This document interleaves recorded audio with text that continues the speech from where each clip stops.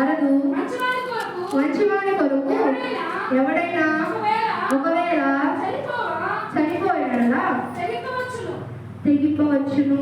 నీతిమంతుల కోసం ఒకటి చనిపోవడం చాలా అరుదు కదా. తెలుసా మీకు? ఒక నీతిమంతుడు అయితే మనం తట్టుకోగలుగుతామా? మనకు నిత్య జీవం ఇవ్వడానికి రోమియోలకు రాసిన పత్రిక 6వ అధ్యాయం 23వ వచనం. ఏలయనగా పాపము వల్ల వచ్చే జీతము మరణము. అయితే దేవుని కృపావరము మన ప్రభు అయిన యేసుక్రీస్తునందు నిత్య జీవము. ఏం జీవము? ఇప్పుడు 4వ మాట ద్వారా మనం ఏం నేర్చుకున్నాం? ఫస్ట్ ఏంటి?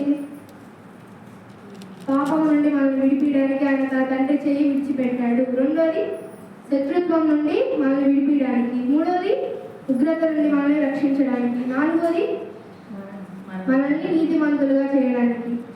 ఐదోది నిత్య జీవం ఇవ్వడానికి. కాబట్టి చాలా మంది నిజంగానే రక్షణ పొందలేదు. రాకడ సమీపంలో ఉన్నది.